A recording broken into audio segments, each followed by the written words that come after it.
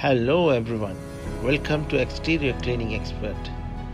In today's video, we are going to look at a filthy and spotty concrete slab cleaning. I traveled to Loughborough to do this job. I quoted originally to clean and restore the front driveway, sidewalk and back patio, including the side parts.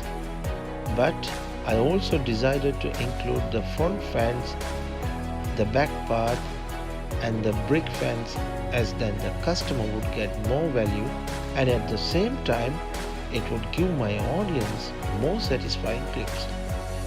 As usual, I pre-treated with applying the driveway cleaner and hypochlorite mixed with the water on a 1:3 ratio.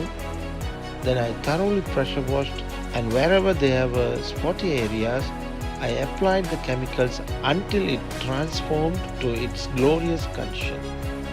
The end results were amazing. I hope you will enjoy this video. Please share your thoughts about this transformation and how you like it.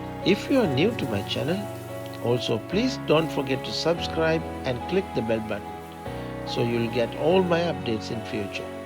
I thank everyone for the long time support and wishing a wonderful day for you. This is Nasrin signing out from Exterior Cleaning Xpert. Catch you soon with another video. Bye for now.